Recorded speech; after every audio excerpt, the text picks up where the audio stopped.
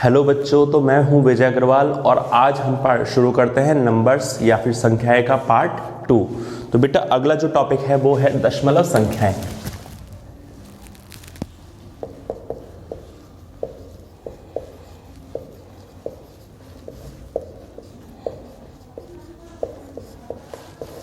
दशमलव संख्या या फिर डेसिमल नंबर्स। तो बेटा आपको पता है दशमलव संख्या क्या होती है। जिन नंबर्स के बीच में पॉइंट लगता है वो होते हैं दशमलव संख्या।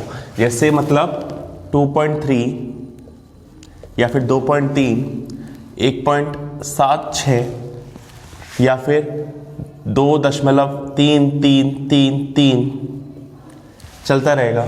तो यहां पर ये क्या होती है, दशमलव संख्याएं होती है जिनके बीच में बिंदु लगता है, पॉइंट लगता है, उनको हम डेसिमल नंबर या फिर दशमलव संख्याएं बोलते हैं। अब दशमलव संख्याएं भी दो तरह की होती है, एक तो होती है शांत, एक होती है अशांत। अब शांत और अशांत, शांत को बोलते हैं टर्मिनेटिंग और अशांत को बोलते हैं नॉन टर्मिनेटिंग। शांत को बोलते हैं टर्मिनेटिंग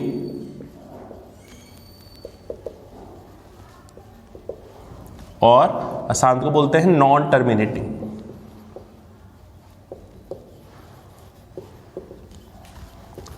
तो बेटा अशांत और शांत में कैसे निकालते हैं, मतलब शांत कैसे होता है और अशांत क्या होता है। देखिए, जिन संख्याओं में पॉइंट के बाद संख्याएं खत्म हो जाती है, मीन्स जैसे मान लो आपसे पूछा मैंने 2.37, तो बेटा एक बिंदु है, बिंदु के बाद 2 डिजिट के बाद 2 अंक के बाद वो संख्या रुक गई, 3 और 7 खत्म। यहां पे हुआ 1.2345। बताओ ये शांत हुई नहीं हुई, क्योंकि पॉइंट के बाद ये संख्याएं खत्म हो गई तो उसे क्या बोलते हैं, शांत। ठीक है। और दूसरी तरफ अगर हम बोले 1.3333 ऐसे चलता रहेगा तो इसे क्या बोलते हैं, अशांत। देखो पॉइंट के बाद जो दशमलव है उसके बाद जो संख्या है वो खत्म हो ही नहीं रही है, 3 चल ही रहा है ना। जैसे मान लो मैंने बोला 2.01 001 001 ऐसे चलता रहेगा। तो बताइए यहाँ पे अशांत हुआ या फिर शांत हुआ। ये बेटा अशांत हुआ, क्योंकि पॉइंट के बाद भी डिजिट चल रही है, वो रुक नहीं रही है ना। जबकि यहाँ पर पॉइंट के बाद वो संख्या खत्म हो गई, 3 7 खत्म, पॉइंट 2 3 4 5 खत्म। ठीक है। तो यहाँ पर आपको एक क्वेश्चन दे देगा, क्वेश्चन में वो बोलेगा कि ये शांत है या फिर अशांत है। तो संख्या के शांत होने की कंडीशन, संख्या के शांत होने की कंडीशन क्या है, इंपॉर्टेंट टॉपिक है। तो देखो आपको पता है एक अंश होता है, एक हर होता है ना। तो अंश होता है और हर होता है। अगर हर में जो उसका संख्या का अभाज्य गुणनखंड करें वो 2 की पावर m और 5 की पावर n आए तो क्या होता है, वो होता है शांत। जैसे मालूम मैंने आपसे बोला कि 3/40, बताइए ये शांत है या फिर अशांत। तो आपको बेटा क्या करना है, आपको इसका भाग नहीं देना है कि 40 का भाग देने लग गए 3 में। आपको क्या करना है, जो नीचे वाली संख्या है ना हर, उसका अभाज्य गुणनखंड कर देना है।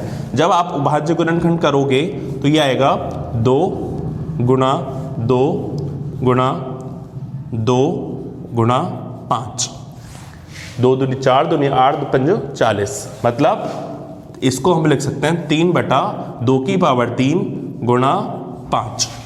आ रहा नहीं आ रहा, मतलब 40 में 2 की पावर आ रही थी और एक 5 की पावर आ रही थी।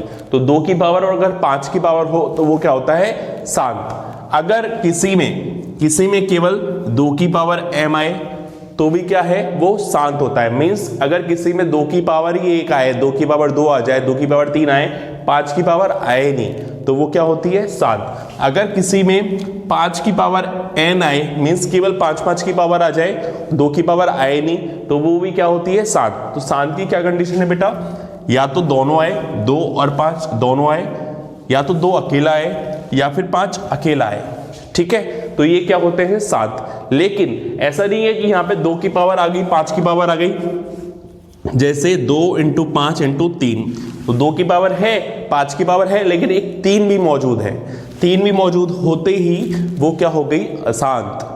ठीक है, तो या तो 2 होना चाहिए या 5 होना चाहिए या फिर दोनों होने चाहिए। इन तीनों के अलावा कोई भी कंडीशन नहीं है कि संख्या के शांत होने की। तो आपको कोई भी क्वेश्चन देगा, आपको क्या करना है, केवल हर का अभाज्य गुणनखंड कर देना है। जैसे मान लो मैं आपसे क्वेश्चन बोलूं 2/125, इसका बताओ ये शांत है या फिर अशांत है। तो आपको क्या करना है, नीचे वाले का अभाज्य गुणनखंड कर देना है। जैसे ही अभाज्य गुणनखंड करोगे, याद है ना अभाज्य गुणनखंड कैसे किया था, 125 में 5 का भाग देंगे, फिर 5 का भाग देंगे और फिर 5 का भाग देंगे, तो कितना आ गया, 5 की पावर 3। ठीक है, तो नीचे क्या आ गया बेटा, 5 की पावर 3। मैंने क्या बोला, या तो 2 और 5 की पावर हो, या फिर केवल 2 की पावर हो, या फिर केवल 5 की पावर हो। तो यहाँ पे केवल 5 की पावर है, तो ये क्या हो गई बेटा, क्या हो गई, ये शांत। अगर मान लो ये होता 3/24, 3/24 या फिर 5/24, 5/24, तो हमको क्या करेंगे, नीचे वाले का अभाज्य गुणनखंड करेंगे, 2 2 2 3 1। ठीक है, 2 की पावर 3, 3 की पावर 1। अब बताइए ये शांत है या फिर अशांत। यहां पे 2 की पावर तो आ रही है, लेकिन 3 की पावर भी आ रही है। जैसे ही 3 की पावर आ गई, 2 और 5 के अलावा कोई आ गया, तो वो क्या हो जाएगा बेटा, अशांत।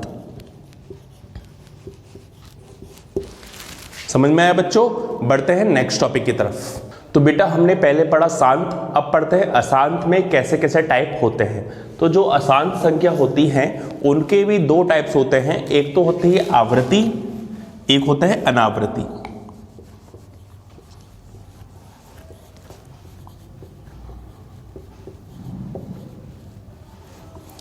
रिपीटिंग या फिर रिकरिंग, और एक होता है नॉन रिकरिंग।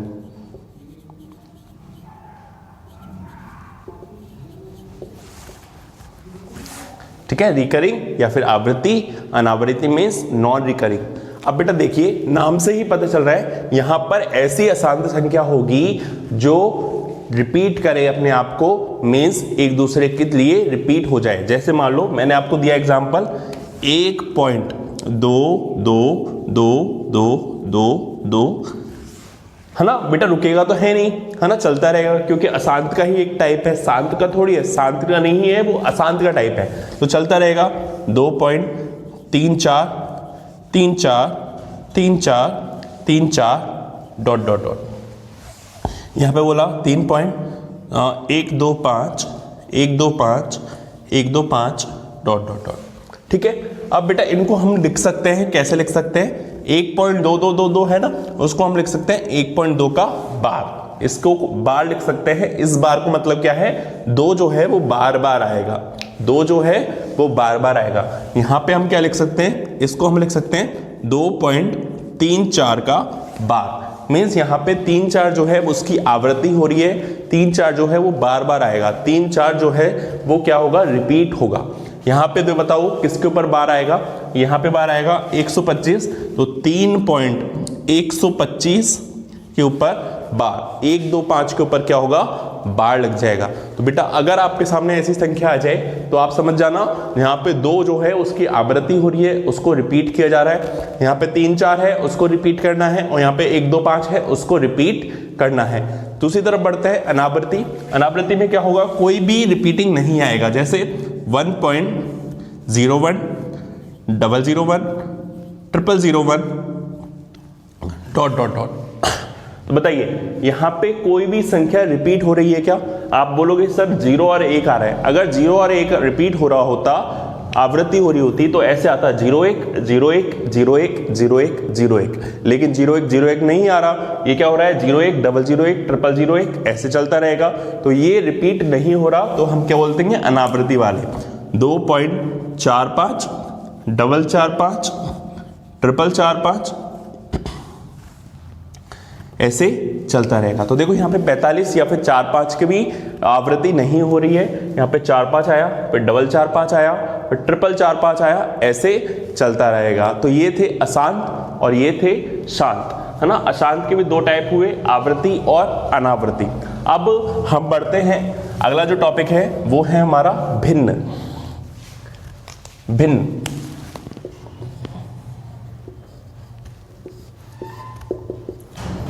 ठीक है। भिन्न, भिन्न संख्या क्या होती है बेटा? जैसे मान लो एक रोटी है, एक रोटी के हम कुछ टुकड़े कर देते हैं।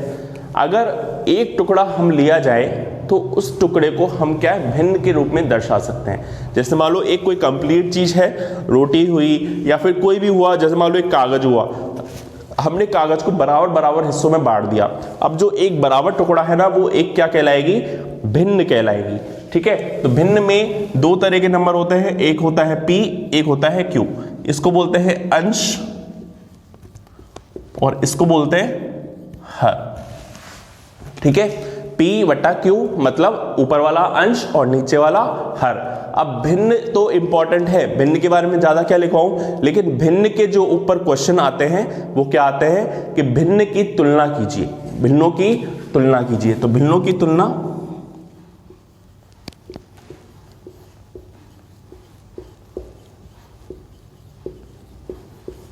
अगर आपके सामने पहला क्वेश्चन आ जाए 2/3, 2/3, 4/3, 5/3, ठीक है। 2/3, 4/3, 5/3। अब आपसे पूछे कौन बड़ा है कौन छोटा है, बताइए।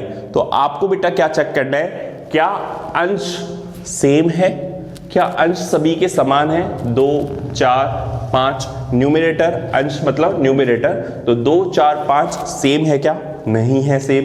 क्या हर मतलब डिनोमिनेटर सेम है क्या? तो बेटा 3, 3, 3 सही है ना।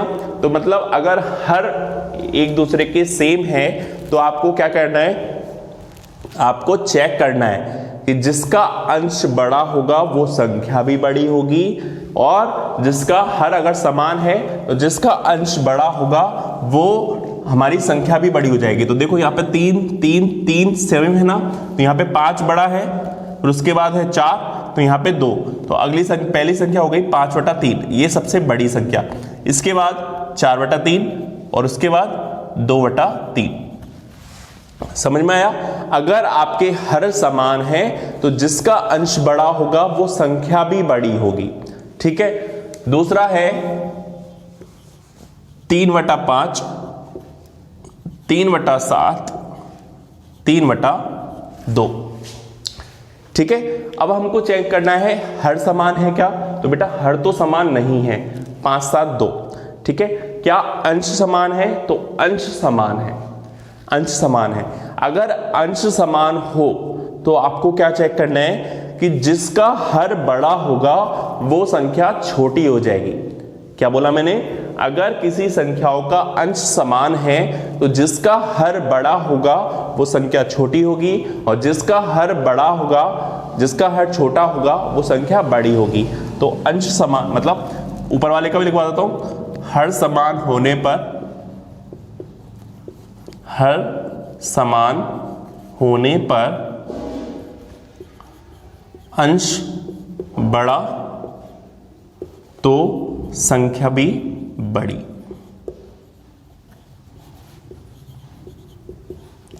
और अंश समान होने पर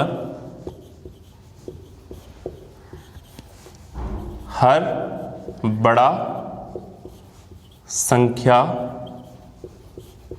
छोटी, ठीक है। अंश समान होने पर अगर हर बड़ा है तो संख्या छोटी हो जाएगी। तो बताइए सबसे छोटी जो संख्या है, सबसे छोटा जो हर है वो क्या है? 2, तो 3/2 सबसे बड़ी संख्या हो जाएगी। उसके बाद इससे बड़ा जो नंबर है वो क्या है? 5, तो 3/5 उससे छोटा हो जाएगा, और 3/7 इसका जो हर है वो सबसे बड़ा है, तो ये संख्या सबसे छोटी हो जाएगी, 3/7। समझ में आया बच्चों? 3/2, 3/5, 3/7। तो ये हमारी भिन्नों की तुलना थी, जहां पे हर समान थे, अंश समान थे, लेकिन कई बार क्वेश्चन दे देता है 2/3 और 3/4। यहाँ पर देखो अगर हम चेक करते हैं अंश समान है क्या, अंश समान नहीं है, क्योंकि 2 आ रहा है 3 आ रहा है, अंश तो समान नहीं है। अब हर की बात करें, हर समान है क्या, हर भी समान नहीं है। हर क्या आ रहा है 3 और 4। तो बेटा ऐसे में हमको क्या करना पड़ेगा, वज्र गुणा करना पड़ेगा, क्रॉस मल्टीप्लाई करना पड़ेगा। ठीक है, तो वज्र गुणा करते हैं तो क्रॉस मल्टीप्लाई करते हैं। 2 चक्कू 8, 3 तिया 9। ठीक है, 2 चक्कू 8, 2 4 जा 8 और 3 3 जा 9। तो यहां पर हम देखेंगे कौन सी संख्या बड़ी है।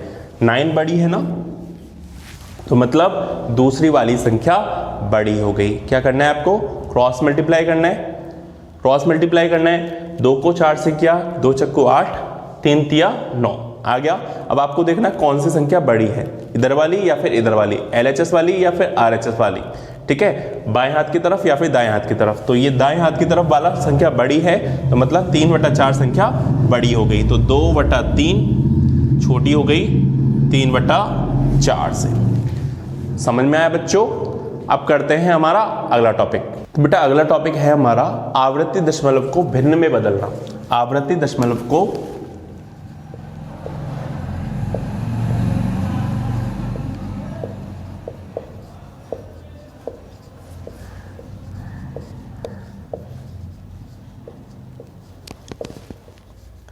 भिन्न में बदलना। ठीक है, तो बेटा 2 तरह की कंडीशन आते हैं, 2 तरह की संख्याएं आती हैं। आप एक बार समझ ले ध्यान से, उसके बाद हमारा हर क्वेश्चन बहुत आसान हो जाएगा। जैसे मान लो अगर कोई कंडीशन आ जाती है, क्वेश्चन आ जाता है 0.3 का बार, इसको हमको भिन्न में बदलना है। 0.3 का बार, इसको हमको भिन्न में बदलना है। तो आपको क्या करना है, सबसे पहले पॉइंट हटा दीजिए, बार हटा दीजिए। पॉइंट हटाया, बार हटाया, तो नंबर क्या बचा बेटा, 0, पॉइंट हट गया, 3 हट गया, तो ये बचा 3। उसमें से वो नंबर को घटा देना है जिस पर बार नहीं है। वो नंबर घट जाएगा जिस पर बार नहीं है। तो बताओ बार किस पर नहीं है, बार 0 पर नहीं है, तो 0 माइनस हो जाएगा। और उतनी बार 9 लगा दो, उतनी बार 9 लगा दो जितना पॉइंट के बाद डिजिट है। तो पॉइंट के बाद कितनी डिजिट है, 1। यहां पे एक बार 9 लगा दो। वापस से मैंने क्या बोला, आप सारे पॉइंट हटा दो, सारे बार हटा दो। तो यहां से मैं पॉइंट हटा दूंगा और बार हटा दूंगा, तो क्या बचेगा, 0 3 मतलब 3। तो यहां पे मैंने 3 लिखा दिया। उसमें से वो नंबर हटा दो जिसमें बार नहीं है। तो बार नहीं है, किस पे नहीं है, 0 पे। तो 0 को मैंने माइनस कर दिया, सब्ट्रैक्ट कर दिया, घटा दिया। अब नीचे लिखना है 9। कितनी बार 9 लिखना है, जितनी बार पॉइंट के बाद डिजिट है। तो पॉइंट के बाद कितने डिजिट है, 1 डिजिट है, 1 अंक है, तो यहां पर एक बार 9 आ जाएगा। तो 3 में से 0 गया, 3/9।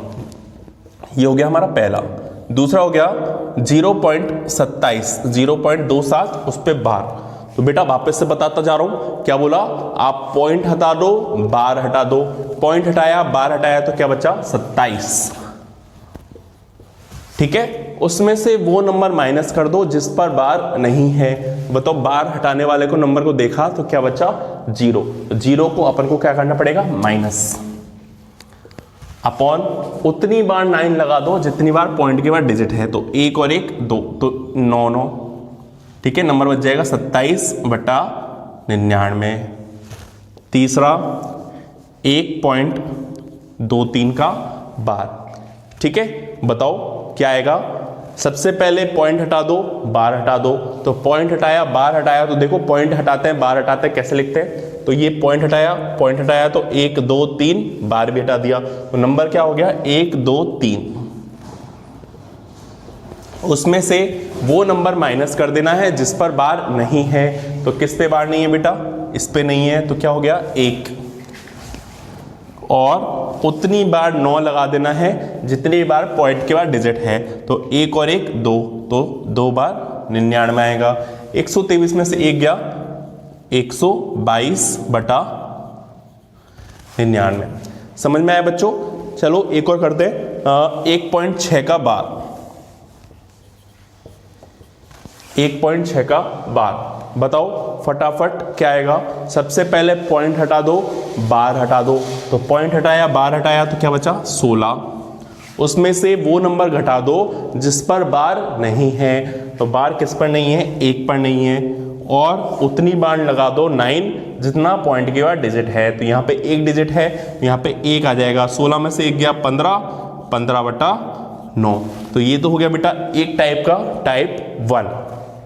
अब टाइप 2 में एक और संख्या आती है जिसमें पॉइंट के बाद, यहां पर तो देखो पॉइंट के बाद हर संख्या पे बार लग रहा है। एक संख्या आ रही है तो 1 पे, 2 आ रही है तो 2 पे, 2 आ रही है तो 2 पे, 1 पे आ रही है तो 1 पे, सभी संख्याओं पे बार लग रहा है। लेकिन आपको कई बार ऐसी संख्याएं भी दे देगा जहां पे कुछ पे बार है, कुछ पे बार नहीं है। तो देखो कैसा आएगा, यहां पे क्वेश्चन आएगा 0.57 पे बार।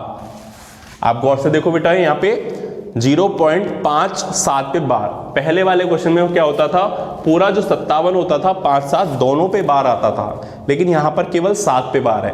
तो आपको ऐसे कंडीशन में क्या करना है, ऐसी कंडीशन में क्या करना है, यहां पे आपको नंबर देखना है कि पॉइंट हटा दो, बार हटा दो, 57। ऊपर तो वही आएगा, ऊपर तो वही कंडीशन है जो मैंने बताई है। उसमें से वो नंबर हटा दो जिस पर बार नहीं है। तो क्या नंबर है, 0.5, मतलब 5 हटा देना है। अब उतनी बार 9 लगा दो जितने डिजिट पे बार है। तो देखो 1 डिजिट पे बार है तो एक बार मैंने 9 लगा दिया। अब टोटल कितने डिजिट होनी चाहिए पॉइंट के बाद, 2 डिजिट होनी चाहिए। तो आपको 2 अंक बनाना है, यहाँ पे 2 अंक बनाना है। अब 9 तो लगा नहीं सकते, तो आपको क्या लगाना है, 0। वापस से मैंने क्या बोला कि पॉइंट के बाद जितनी डिजिट है उतनी ही संख्या बनानी है। मतलब 2 संख्या है तो 99 तो नहीं लिख सकते, हमको क्या लगाना पड़ेगा, 0 लगाना पड़ेगा। लेकिन 9 उतनी बार ही आएगा जितनी संख्याओं पे बार है। तो यहाँ पे एक संख्या पे बार है तो यहाँ पे एक बार 9 आ जाएगा, और हमको 2 डिजिट का बनाना है तो इसको 90 बना दिया। ठीक है, करते हैं एक और क्वेश्चन जिससे हमको थोड़ा सा और क्लियर होगा। 1.34, ठीक है, 34। अब बताओ पॉइंट हटा दो, बार हटा दो, 134। पॉइंट हटा दिया, बार हटा दिया। उसमें से वो संख्या घटा दो जिस पर बार नहीं है। तो बार किस पर नहीं है, 13 पे, 1 और 3। ठीक है, अब उतनी डिजिट लगा दो, उतने बार 9 लगा दो जितनी बार पे बार लगा हुआ है, तो 1 पे। अब हमको संख्या तो कितनी बनानी है, पॉइंट के बाद कितनी डिजिट है, 1 और 1 2। तो 2 अंकों का हमको बनाना है। 134 में 13 गया तो ये बचा 121/90। अगर कुछ कैंसिल आउट हो रहा है तो आप उसको काट देंगे, मना नहीं करेंगे। मान लो एक क्वेश्चन और है, क्वेश्चन है 1.543 के ऊपर बार, 1.543 के ऊपर बार। तो बेटा क्या है, पॉइंट हटा दो, बार हटा दो, 1543 माइनस, बताओ ऐसी संख्या जिस पर बार नहीं है, किस पे संख्या पे बार नहीं है, 15। ठीक है, 15। अब उतनी बार 9 आएगा जितनी बार पे डिजिट है, मतलब जितनी डिजिट पे बार है। तो बेटा 2 डिजिट पे बार है ना, तो 2 बार 9 आ जाएगा। ठीक है, लेकिन हमको संख्या उतनी बनानी है जितनी पॉइंट के बाद डिजिट है। तो पॉइंट के बाद कितने डिजिट है, 1 2 3। तो हमको 3 डिजिट बनानी है, तो हमने यहाँ पे 990 बनाना पड़ेगा। समझ में आया। ठीक है, अगर मान लो एक और क्वेश्चन लूँ, 1.222 नहीं, 1.41 का बार, 1.241 का बार। तो बेटा संख्या क्या है, 1241 माइनस पॉइंट क्या लिया, जिस पे बार नहीं है। बार किस पे नहीं है, 12 पर नहीं है। अब बताओ यहां पर मान लो मैंने ये लिखा होता, बार इस पे होता केवल 1 पर, 1.241 का बार। तो यहां पे 1241 माइनस 124 करते, क्योंकि 124 पे बार नहीं था। अब बताओ पॉइंट कितनी डिजिट, मतलब बार कितनी डिजिट पर है, 1 पर।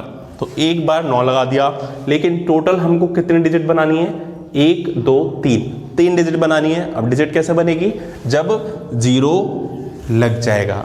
समझ में आया बच्चों। ठीक है, तो ये बहुत इंपॉर्टेंट टॉपिक है, बहुत इंपॉर्टेंट क्वेश्चन है। मैंने जितने भी पेपर देखे हैं हर बार एक क्वेश्चन आ जाता है। तो इस पूरी चीज को आप वापस से समझ लीजिए कि आपको सबसे पहले क्या करना है, पॉइंट हटा के, नंबर बार हटा के पूरा पूरा नंबर लिख देना है। ठीक है, उसमें से वो संख्या हटा देनी है जिस पर बार नहीं है, तो मैंने ऊपर लिख दिया। अब उतनी बार 9 लगा देना है, उतनी बार 9 लगा देना है जितनी बार बार लगा हुआ है। तो यहाँ पे 1 डिजिट पे है तो एक बार, यहाँ पे 2 डिजिट पे है तो 2 बार, 2 डिजिट पे है 2 बार, 1 पर है तो 1 बार, 1 पर है तो 1 बार, 1 पर है तो 1 बार, 2 पर है तो 2 बार और 1 पर है तो 1 बार। अब हमको उतनी डिजिट भी बनानी है जितनी बार पॉइंट के बाद डिजिट है। देखो यहाँ पे पॉइंट के बाद 1 डिजिट है तो 1 ही है, 2 है तो 2 है, 2 है तो 2 है, 1 है तो 1 है। यहाँ पे 2 है तो हमको 2 बनाना पड़ेगा, कैसे बनाएंगे, 0 लगा के। यहाँ पे 2 है तो 2 बनाना पड़ेगा, कैसे लगाएंगे, 0 लगा के। यहाँ पे 3 है तो 3 लगाना पड़ेगा, कैसे लगाएंगे, 0 लगा के। यहाँ पे 3 है तो 3 कैसे बनाएंगे, 2 0 लगा के। समझ में आया बेटा? बढ़ते हैं नेक्स्ट नंबर की तरफ। तो बेटा अगला टॉपिक है हमारा परिमेय संख्या। अगला टॉपिक क्या है, परिमेय संख्या। ठीक है, इंग्लिश में क्या बोलते हैं, रेशनल नंबर।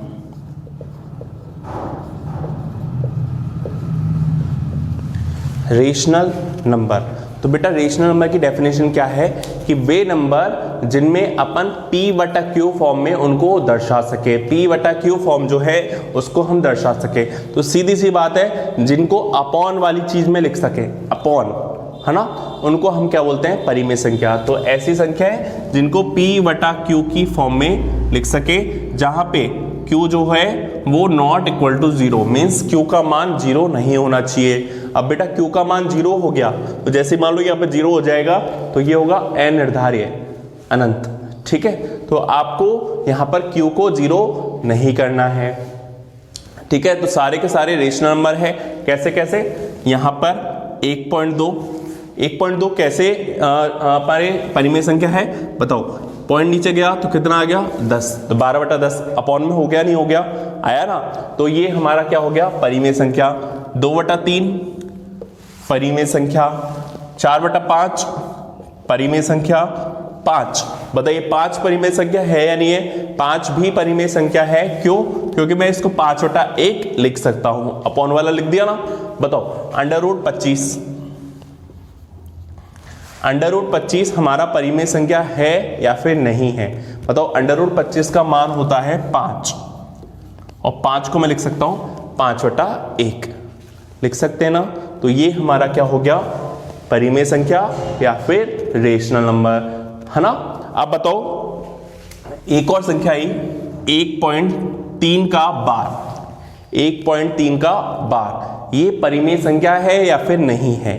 ये भी परिमेय संख्या है, क्योंकि बेटा अभी तो हमने इसको बदला था।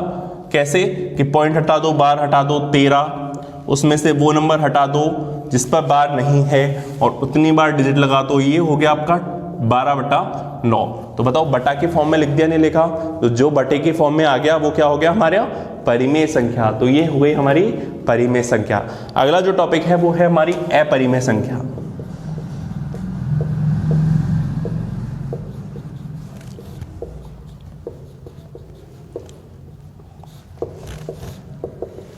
अपरिमेय संख्या। तो अपरिमेय संख्या तो बहुत आसान है। जो संख्याएं परिमेय संख्या नहीं होती वो क्या होती है, अपरिमेय संख्या। जो संख्याएं परिमेय संख्या नहीं होती वो क्या होती है, अपरिमेय संख्या। या फिर अंडर रूट के अंदर अगर अभाज्य संख्या आ जाए,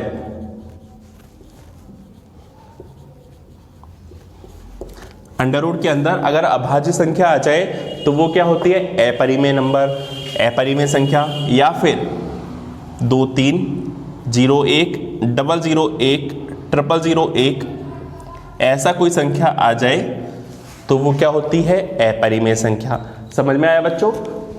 रूट अभाज्य संख्या, अगर अंडर रूट में अभाज्य संख्या आ जाती है तो वो क्या हो जाती है, अपरिमेय। और अगर कोई अशांत अनावृत्ति वाला संख्या आ जाए, मतलब नॉन टर्मिनेटिंग नॉन रिपीटिंग कोई नंबर आ जाए तो वो क्या होता है, अपरिमेय संख्या। अब बेटा मैं आपको कुछ नंबर दे रहा हूं, कुछ संख्या दे रहा हूं, आप बताना कौन सी शांत है, कौन से अशांत है, शांत अशांत नहीं, कौन सा परिमेय संख्या है, कौन सा अपरिमेय संख्या है। बहुत इंपॉर्टेंट क्वेश्चन है, आपसे कभी भी बोल देगा कि बताइए ये संख्या परिमेय है या फिर नहीं है, ये संख्या अपरिमेय है या फिर नहीं है। तो बढ़ते हैं हमारे क्वेश्चन की तरफ। तो हमारे सामने बेटा क्वेश्चन आता है कि निम्न में से परिमेय और अपरिमेय संख्या छांटिए या फिर बताइए। तो पहला आया 2/3, दूसरा आया 0.2, 5, 1.3 का a bar, 2.345, 2.01, 001, 0001, dot dot dot, 22/7 पाई, √25 और √3। तो बेटा आप बताइए कि कौन सा परिमेय संख्या है, कौन सा परिमेय संख्या नहीं है। तो आपको कुछ समय दे रहा हूं मैं, 10 सेकंड का, 15 सेकंड का, आप जरूर से बताइए, फिर हम क्वेश्चन को मैच करेंगे। करते हैं बेटा।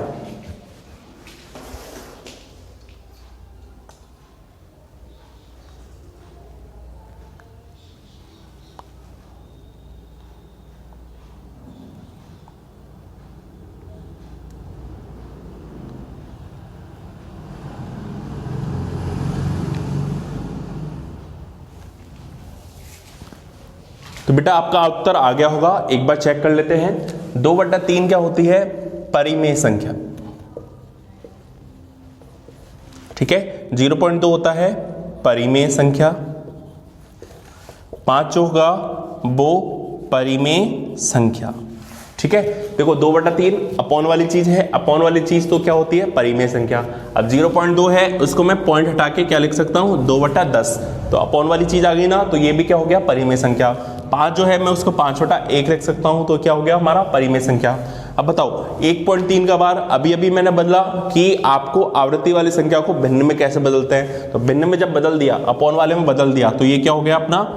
परिमेय संख्या, ठीक है। परिमेय संख्या 2.345 बता 1000 लग जाएगा, क्योंकि पॉइंट के बाद कितने डिजिट है? 3 डिजिट, तो यहाँ पे 3 बार 0 लग जाएगा।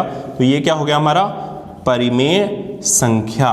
अब बताइए 2.01, 001, 0001, डॉट डॉट डॉट। अब मैंने क्या बताया कि कोई अशांत हो और अनावृत्ति हो तो वो क्या होता है? अपरिमेय। तो ये हो गया आपका अपरिमेय संख्या, अपरिमेय संख्या।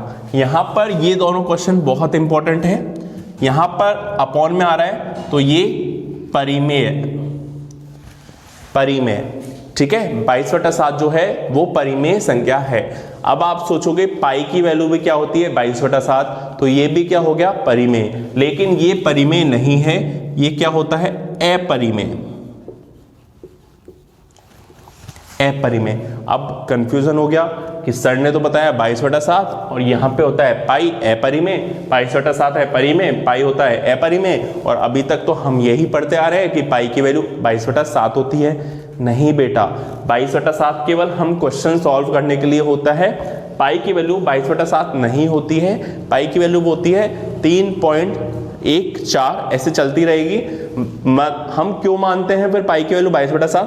बेटा 22/7 जो हम करोगे तो 3 पॉइंट, उसके बाद 10 अंकों तक जो डिजिट है वो सेम आती है। यहाँ पे पाई जो है वो भी 3.14 और 10 अंकों तक डिजिट सेम आएगी, यहाँ पर भी 10 अंकों तक डिजिट सेम आएगी। लेकिन जो 11वीं डिजिट होती है वो बदल जाती है। तो आप पाई की वैल्यू 22/7 नहीं माने, आप उसको अपरिमेय संख्या माने। मुझे पता है आपने याद कर रखा है कि पाई क्या होती है? अपरिमेय संख्या। तो या तो आप ऊपर वाला गलत कर दोगे या फिर नीचे वाला गलत कर दोगे, ठीक है। गलत जरूर होंगे, लेकिन आप आज कंसेप्ट सुधार लेना। 22/7 तो क्या है? अपॉन वाला, अपॉन वाला क्या होता है? परिमेय, और पाई जो होता है वो अपरिमेय संख्या होती है। अगला है √25। √25 का मतलब 5, और 5 को मैं क्या लिख सकता हूं? 5/1, मतलब ये क्या हो गया? परिमेय संख्या, ठीक है बेटा। बताइए √3, मैंने बताया था अंडर में अगर अभाज्य संख्या आ जाए तो वो क्या होता है? अपरिमेय संख्या।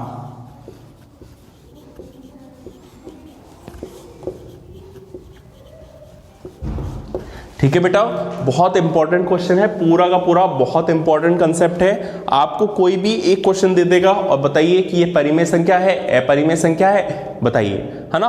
तो आपको गलती नहीं करनी है, क्योंकि हमने बहुत मेहनत करी है इसको समझने में, समझाने में। ठीक है, बढ़ते हैं अगली स्लाइड की तरफ। तो बेटा अगली हेडिंग है हमारी वास्तविक संख्याएं।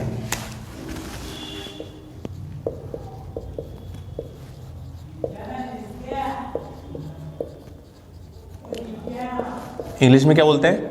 Real number.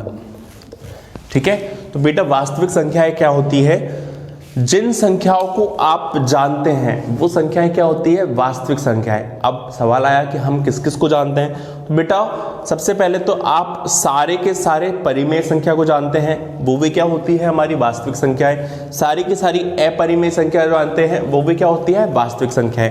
मैं आपको बताता हूं, परिमेय प्लस अपरिमेय क्या होती है? वास्तविक संख्याएं होती हैं। क्या प्राकृत संख्या सारी की सारी वास्तविक होती है? हाँ होती है। 1 2 3 4 जो होती है वो सारी की सारी क्या होती है? वास्तविक। पूर्ण संख्याएं, तो बेटा पूर्ण जो होती है वो भी क्या होती है? हमारी वास्तविक, क्योंकि इसमें 0 1 2 3 4 ये सारा आता है और ये हमारी क्या होती है? वास्तविक संख्याएं।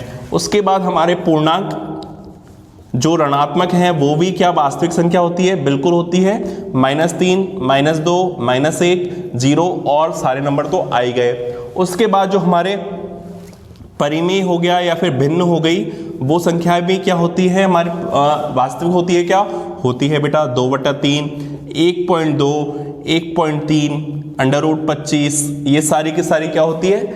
हमारी वास्तविक। अपरिमेय संख्या, अपरिमेय संख्या भी क्या होती है? हमारी वास्तविक होती है। कैसे?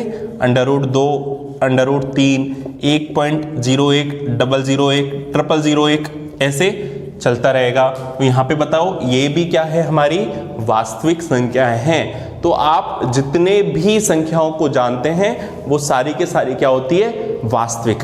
अब आपके दिमाग में सवाल आएगा कि सर सारी की सारी संख्याएं वास्तविक हो गई, तो काल्पनिक संख्याएं कौन सी होती है? बताइए, काल्पनिक संख्या कैसी होती है? तो बेटा काल्पनिक संख्याएं वो होती है जिनको अंडर रूट में नेगेटिव का साइन आ जाता है। कभी बताइए आपने ये ऐसा देखा? अंडर रूट में -1, अंडर रूट में -3, अंडर रूट में -25, ये जो संख्याएं होती हैं वो क्या होती है? काल्पनिक संख्याएं होती है। तो जिन संख्याओं को हम जानते हैं वो वास्तविक संख्याएं होती है, जिनको हम नहीं जानते, जिनको हमने कभी नहीं देखा, वो क्या होती है? काल्पनिक संख्याएं होती हैं। जो मैथ्स के स्टूडेंट हैं वो जानते हैं कि अंडर रूट -1 को हम क्या लिखते हैं? आयोटा। लेकिन हमको इसकी तरफ नहीं जाना क्योंकि ये हमारे सिलेबस की तरफ नहीं है। हमारे सिलेबस में जो है वो है वास्तविक संख्याएं। तो बेटा एक सवाल और है, वो एक सवाल देखते हैं एक बार। क्वेश्चन है 1/1 + 1 1 + 1 1 + 1/2। ये सब क्वेश्चन है आपके सामने। 1/1 + 1 + 1 + 1/2। तो बेटा इसको हमको सॉल्व करना है। तो हम इसको कैसे सॉल्व करेंगे? हमको सबसे पहले इनका एलसीएम लेना पड़ेगा। बताओ 1 और 2 का एलसीएम कितना होता है? इसको यहाँ पे अलग से सॉल्व कर लेते हैं। 1 + 1/2, इसको मैंने अगर सॉल्व किया तो एलसीएम आएगा 2, ये हो गया 2 + 1 कितना हो गया? 3/2। मतलब जो भी आपके सामने लिखा हुआ है इसका मान कितना है? 3/2। तो यहां पर इस चीज को हटा के आपको क्या लिखना है? 3/2 लिखें। 1 + 3/2। ठीक है। अब बेटा ये जो 3/2 है ना, ये क्या हो जाएगा? 2 कहाँ चला जाएगा? इधर। 2 चला जाएगा ऊपर, क्योंकि नीचे जो होता है वो चला जाएगा ऊपर, तो 2 चला जाएगा ऊपर। तो 2/3 हो गया। ये क्या लिख सकते हैं हम इसको? 1/1 + 1/1 + 2/3। समझ में आया बच्चों? सबसे पहले मैंने जो ब्रैकेट बना हुआ है, जो गोला बना हुआ है, उसको सॉल्व किया। उसका मान कितना आया? 3/2। मैंने यहाँ पर इसकी जगह क्या लिख दिया? 3/2। अब जो नीचे होता है वो कहाँ चला जाता है? ऊपर। तो ये हो गया, 1 को 2 से मल्टीप्लाई किया, कितना हो गया? 2। तो 1 + 2/3। अब आपको सॉल्व किसको करना है? इस वाली चीज को, जिसपे मैं गोला लगा रहा हूं। तो आप सॉल्व कीजिए 1 + 2/3 3 को।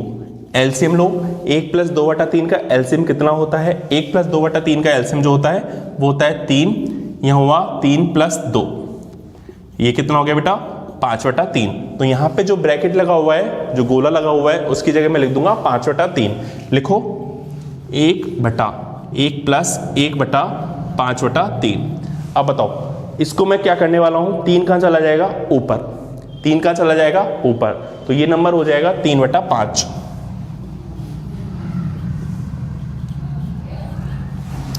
1 प्लस 3/5। इसको हम अलग से सॉल्व करेंगे। 1 प्लस 3/5 करें सॉल्व। अगर मैं एलसीएम लेके सॉल्व करता हूं तो ये हो जाएगा 5 प्लस 3 8/5, है ना? 8/5 रख दो यहाँ पे 8/5।